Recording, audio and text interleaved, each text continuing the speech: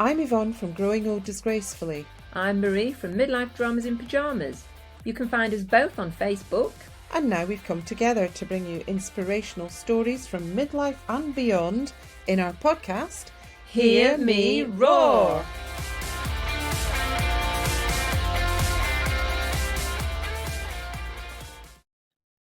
Always handy when you Hello! switch the mic on. Yes, it's handy to switch the mic on. Yeah, it is. Does tend to work better. Yeah. Hello. Today we have got a mystery guest. I know. We're quite excited. It's all very about- exciting. Yeah, it is. So we haven't talked to her yet, but don't know. I'm really looking forward to this one. I am, yeah. I like a bit of mystery. I like a bit of mystery. Although I kind of removed the romance and the mystery from our holiday a little bit. Go on then, do tell. Oh God! Well, we went away. One of the reasons we went away was because it was our 30th wedding anniversary. Now, 30 is Nice. quite a big number, and we needed to celebrate the fact that neither of us had ended up in a jail cell yet. Yeah, So, or under the patio. yeah, exactly. I've dug the hole, mind. We got it ready. Yeah, Yeah. it's there. Just in case he breathes too loudly. Yeah, exactly. Yeah. And so, I went to the pool bar to get a drink for my lovely husband, who I love, and I got him this mocktail. I mean, communicating that sort of thing with a Greek barman can be quite difficult anyway with the language barrier. We worked it out. I got him this mocktail because it was daytime, morning actually. But so it was this fruity mocktail full of ice, all the rest of it. Carried it back. He's lying on his sun lounger. I go to hand the thing to him. I dropped the whole thing on his his crotch. Oh my God! So, oh my God. Can only imagine the shrivelling that was going on at this point. Yeah, I mean, you've never seen a man move so fast. Honestly, you leapt off that sun lounger. Everyone around, which was mainly men, were like, oh, there was just a sharp intake of breath. And everyone's like, you okay? You okay? And he's sort of leaping around. And there was just stuff everywhere. There was fruity, ice, fizzy stuff, fruit, and ice everywhere. Health and safety would have had a field day, the mess you made on the walkway. I know. I was like, happy anniversary, darling. But you know what's even worse? The poor bugger spent the rest of the day, because he had ice and sticky juice and all the rest of it around him. He spent the rest of the day being a wasp magnet. he was followed around by wasps wherever he went.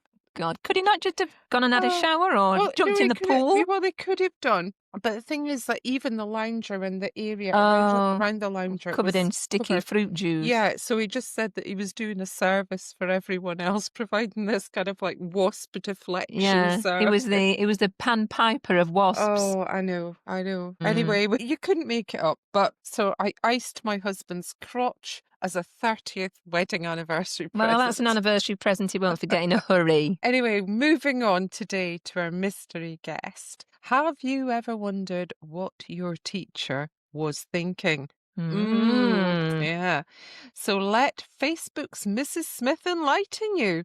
Mrs. Smith was an ordinary teacher in an ordinary school until she went viral on Facebook, got invited to the Edinburgh Fringe, and accidentally became a stand-up comedian. So she's currently on tour with 123 Eyes on Me, her show, which is the follow-up to her sellout show of 2023, which was called See Me, which is the one that she debuted at the 2023 Edinburgh Fringe, never having done stand-up before in her life. Wow. Can't wait to meet her. Brave woman. I would, that holds fears for me. And we all know I'm a gobshite. Yeah, I'm not saying anything about that. And on that note. Yes, let's go and meet Mrs. Smith. Hello, Mrs. Smith. Lovely to meet you. Hello.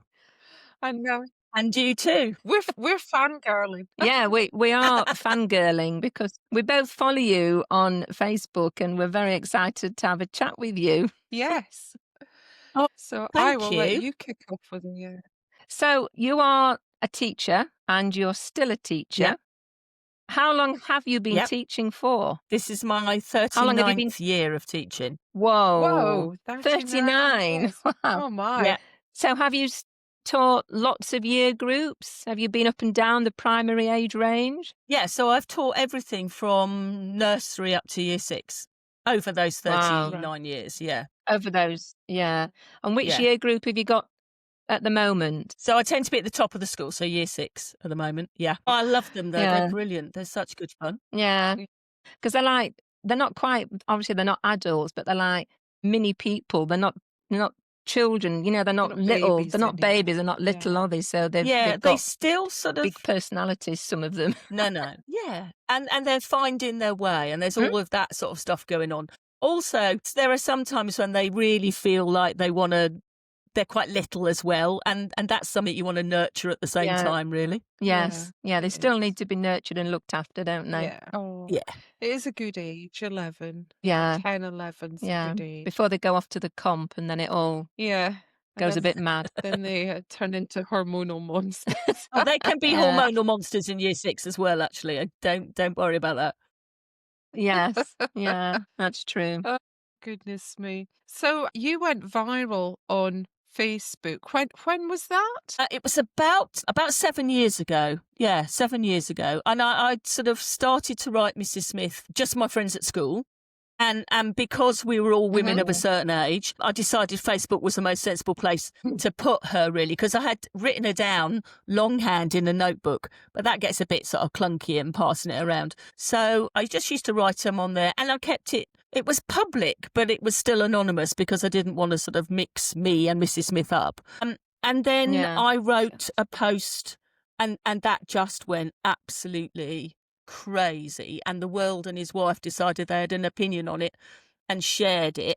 And there were lots of people who, because they went to school, felt they knew what it was like to be a teacher. Yeah, and that's really what happened. It was So all about the explain- summer holidays.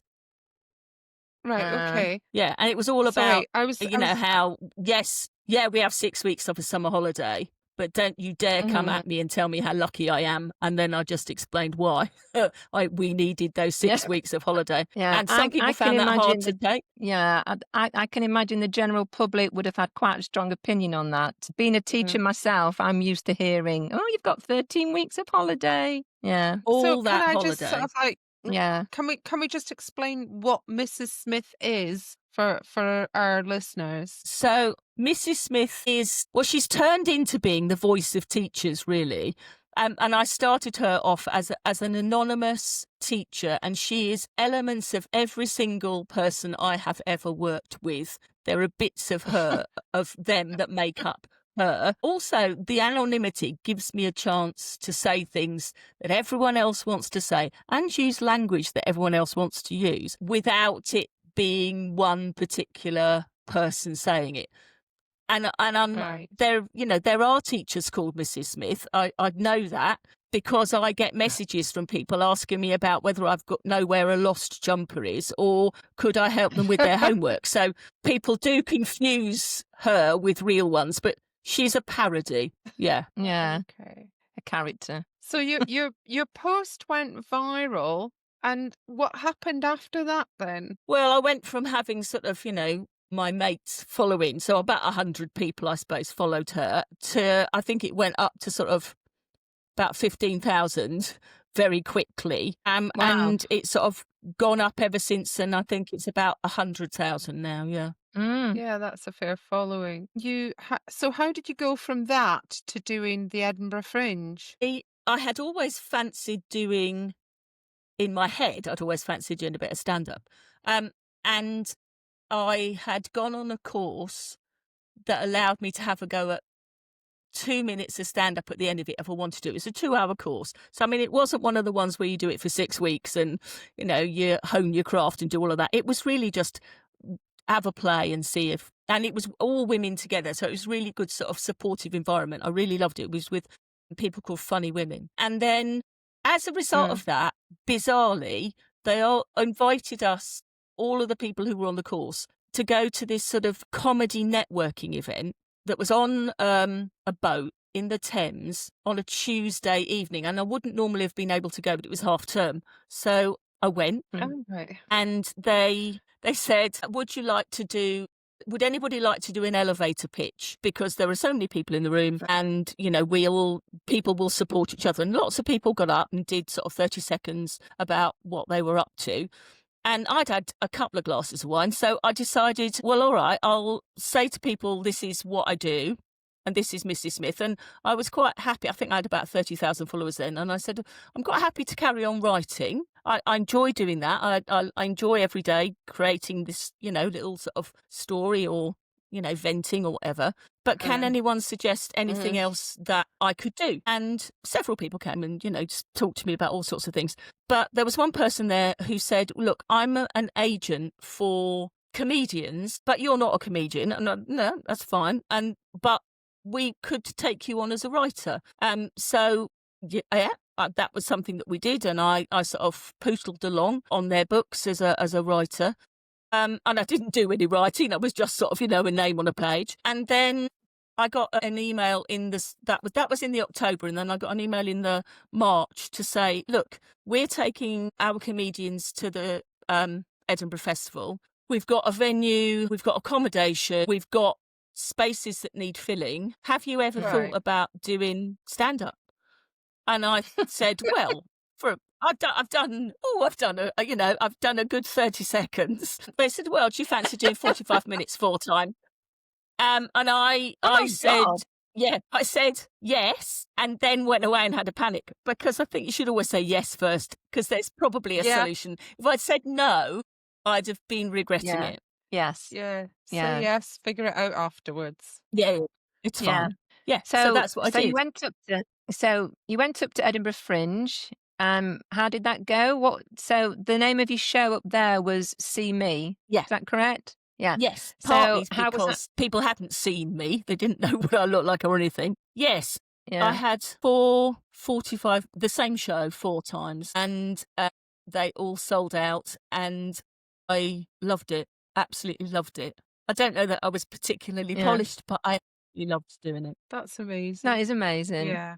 To be sold out as well on all 4 nights. Yeah. That is fantastic, isn't Pretty it? cool, yeah. Wow. So you went on from there to then develop your own show on your own terms? Yes, yeah. That first sort of show was that was See Me. The 45 minutes that I did at Edinburgh sort of became the first half, and then I had to then write a second half, another 45 minutes. So I did that. Yeah, that's sort of a bit of a difficult second album, because you've got to write the second half. You think, well, I was funny-ish for 45 minutes. Can I be equally funny for another 45 minutes? Yeah, because what I find funny is not necessarily what everyone else finds funny. But there we go. Well, yeah. And 1, 2, 3 Eyes on Me, which is the name of your show. And sorry, is that a teacher's thing? Right. Yeah. Okay. Yeah. Well, I assumed so, but I didn't know. Yeah. So, yeah. Yeah, it's a call and response. So I'd say 1, 2, 3, and you'd have to say back Eyes on Me, and then there needs to be silence in the room when you do that, you see. Right, okay. See, I was brought up in the Scottish school system where you just got your head kicked in. That was pretty much it, yeah. You just had to duck a lot. Is that from low-flying blackboard rubbers? Oh, well, low-flying teachers and everything. God, it was brutal. It was no easier where I was, I don't think. Yeah. No. So what appeals to you so much about doing stand-up? Because obviously this is now your second tour, and from what I can see on Facebook, most of your nights sell out. So it's obviously really popular. So what is it that that you love about it? Do you know, that's a really good question. I really quite enjoy. I mean, anyone who says that standing on a stage and people applauding you and laughing at when you're saying something that everyone thinks is funny isn't a bit of a buzz is a liar, right? Because it's really there is that buzz from it. I just love the whole sort of. I like being in the room with all those other people and we're all having a laugh together. I find it hard to sort of, in my head, think people are coming to see me.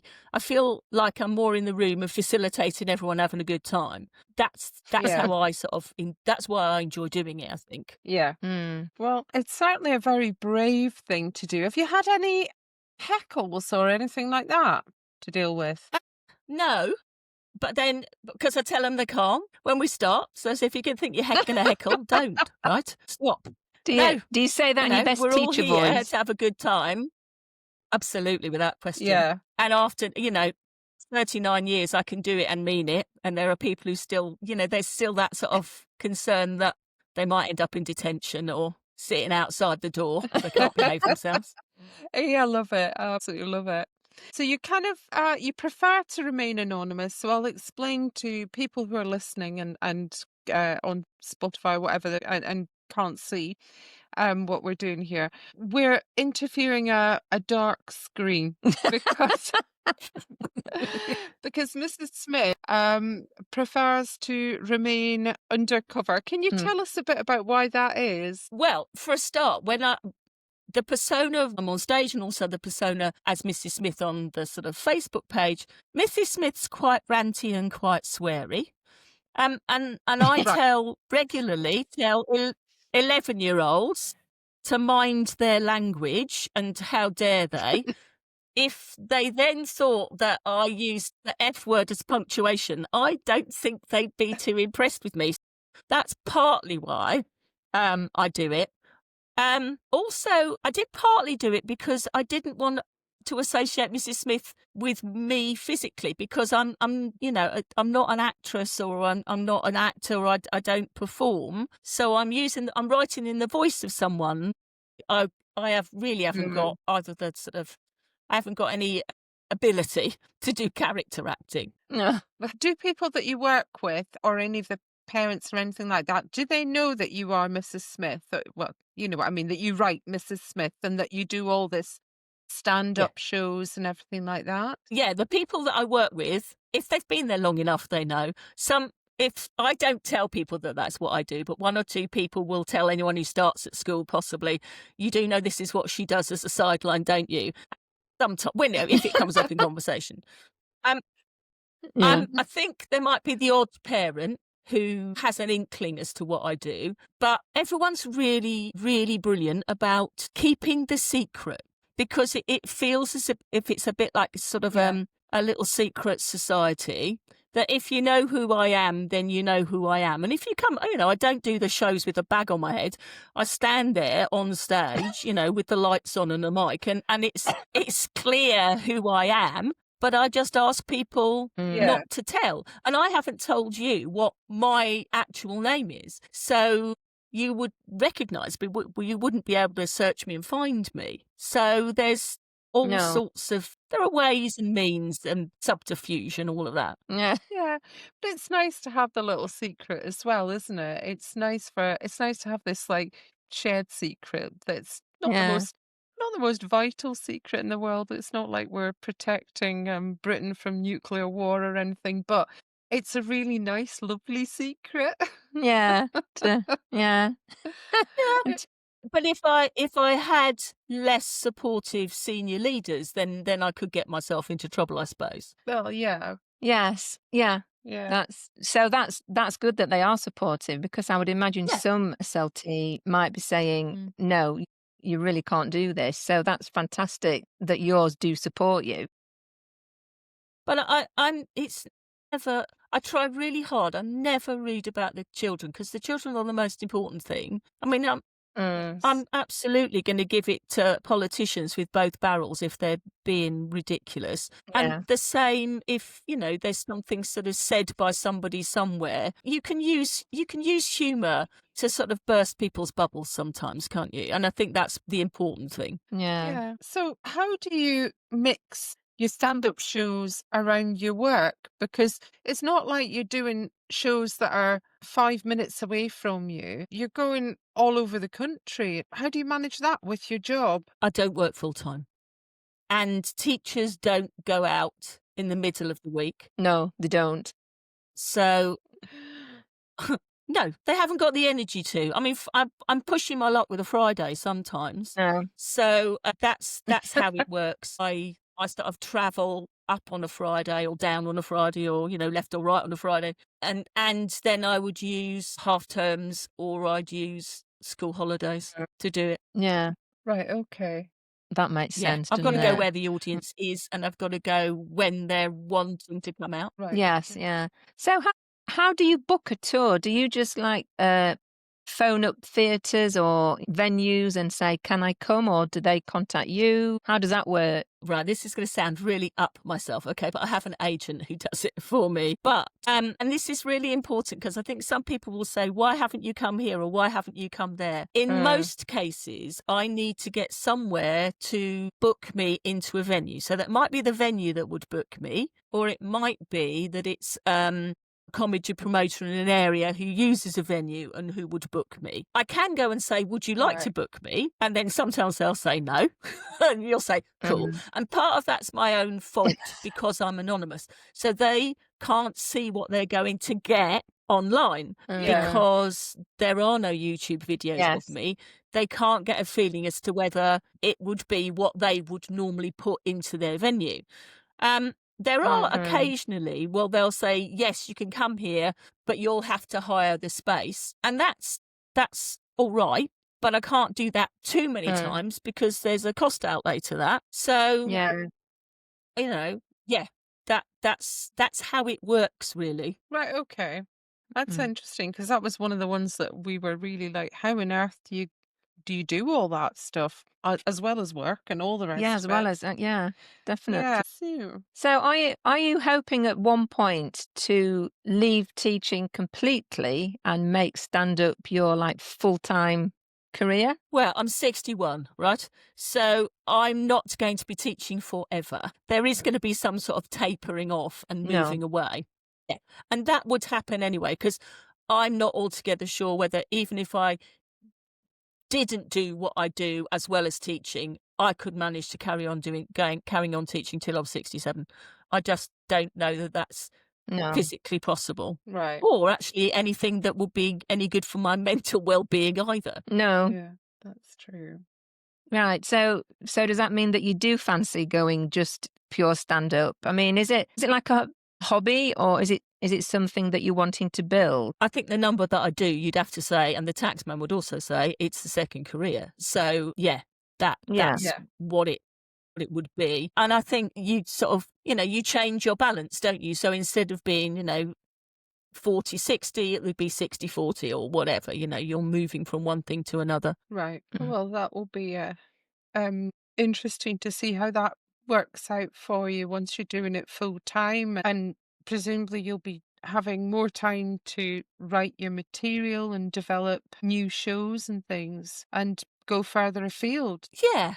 Yeah, I don't quite know. I've also sort of screwed myself over a little bit, because the British education system is quite sort of unique. So I don't know that there are many places I could transfer talking about it in, where people would get it, unless you've actually worked in that system. So I think most of my audience is going to be in the UK Okay. for a start. Right, okay. Yes, yeah. But Yeah. you do have a very wide audience, because there's lots of teachers about, so you've got that large audience. Anyone who's ever been Yeah, at yeah, yeah. school. Yeah. That's true. Yeah, yeah. I mean, I think it's mostly teachers, retired teachers, well, school staff. I try not to sort of make a differentiation between teachers and school and anyone else who works in the school, because we all put up with the same stuff, in school. Mm, Yeah, it's mostly people who work in schools, work in education in some way. Yeah, some people who just said, yes. "Oh, my mum was a Yeah. teacher," or that sort of comes across as well. Yeah. Well, I'm really looking forward to. We're going to your show in Hexham next May. May. Yeah, yeah. Mm. So I think we're both really looking forward to going to that. Yeah. I think it's going to be really We're interesting. going to be the ones hanging around the stage door with our autograph books. Will you sign this for me, please, Mrs. Smith? find that whole thing really weird. I find it really weird when people say, "Oh, I just want to come and talk to you." You think, "Goodness me, I'm in a staff room most days of the week," or if I was in Sainsbury's or Tesco's or wherever, I'm just a very ordinary person who just accidentally managed to do this very random thing. It's weird. Yeah, but it is pretty amazing because it's so brave to do stand up, and it's so difficult to juggle two careers essentially. There must be quite a lot of pressure on you through all of this, but even as you're enjoying it, there must be quite a bit of pressure. Yes, I mean, in the same way that when you're in a classroom, there's a level of professionalism you've got to sort of keep going. And I suppose it's slightly different because I didn't do any of that sort of effectively. It's like boot camp that people have done when they go and do stand up. So, Yeah. they might do 5 minutes and then 10 minutes and then 20 minutes and all of that. And that really sort of builds up your stamina and your ability to work an audience and everything else. I mean, you get an ability to work an audience if you've ever tried to persuade 10-year-olds to get on with something that they don't particularly fancy doing. But yeah, I didn't do Oh, that. So I think I sort of leapt straight into doing 45 minutes worth. But then, I suppose I might have to teach something really exciting like rocks for an hour. So I suppose there is that as well, isn't there? yeah. So have you got a third tour in your head sorting out? For my work. No, at the moment, I'm just trying to make sure I can get from one end of the, show to the other end of the show without really sort of it all coming crashing down around my ears. So yeah, at the moment, I'm really just making sure that what I do now is the best that it can possibly be. And I hadn't even given a thought to what might come next because I think this show, because I don't do it, it's not as if I'm not doing something like, people do a 35 date tour and they go and that's 35 consecutive days or 35 out of 40. If I'm doing 25 dates, that's over a year and a bit. So I think that's probably where that's the difference. Yeah. Have you thought about writing a book? Yeah, I have.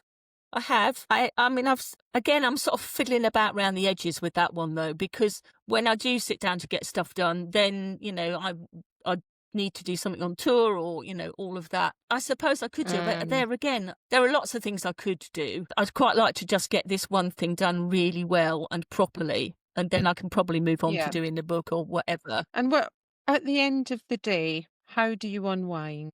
Well, I like to knit socks, which is very random, but I quite like to knit my own socks. I like a really nice gin and tonic. Or a beer, or a glass of wine, or a cup of tea. Or a cocktail? Or a cocktail. Absolutely a cocktail. I would absolutely have a cocktail. High five me. High five me. Slip that word cocktail in there. Because we're going to ask you, we always ask our guests, don't we, about their cocktail. You do the cocktail question. Okay. Mrs. Smith, if you were a cocktail, what would you be called? What would be your main ingredients and why? It would definitely be gin based. Right. And it would probably have some sort of citrus in it, possibly blood orange. Now, whether that's to do with blood that I've spilled or, whatever. And I'd probably call it something like "It's your time you're wasting" or something like that. One of those teacher phrases. Yeah, very good. So is that just gin and blood orange? Might slip a bit of tequila in there, and that might sort of make it a bit more near a Negroni. No, more a margarita. Yeah, or I think definitely some sort of variant of a margarita.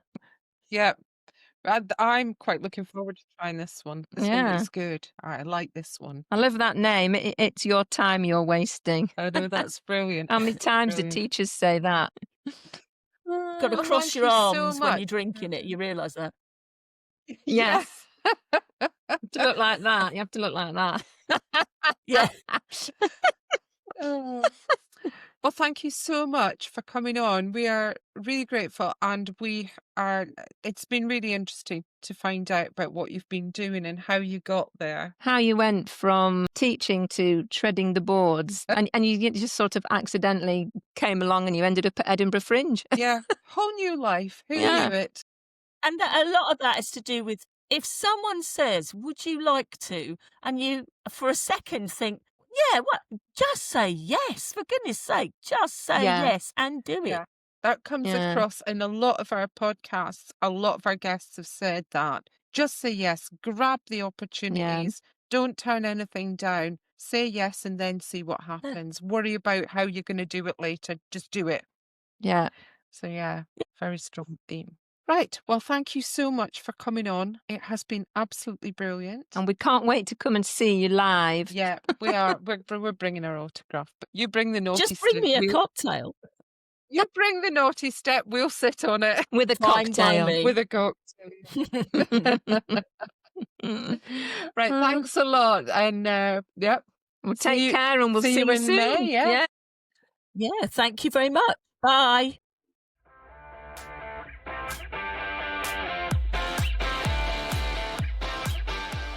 Thank you to our guest this week. And thanks for listening. And we look forward to roaring with you again.